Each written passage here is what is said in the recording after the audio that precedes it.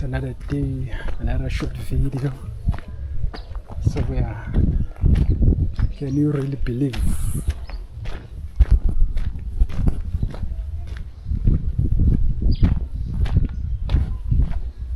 Ukuthi la on Friday they stabbed someone to death here, and obviously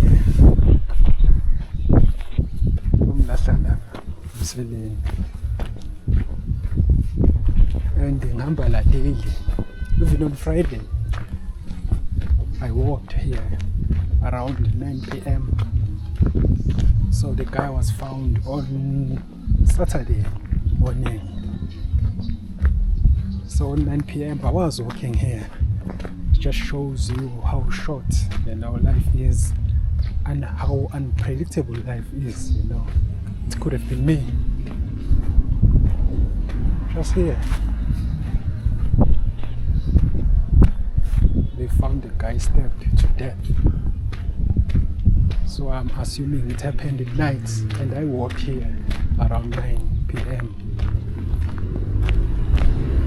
So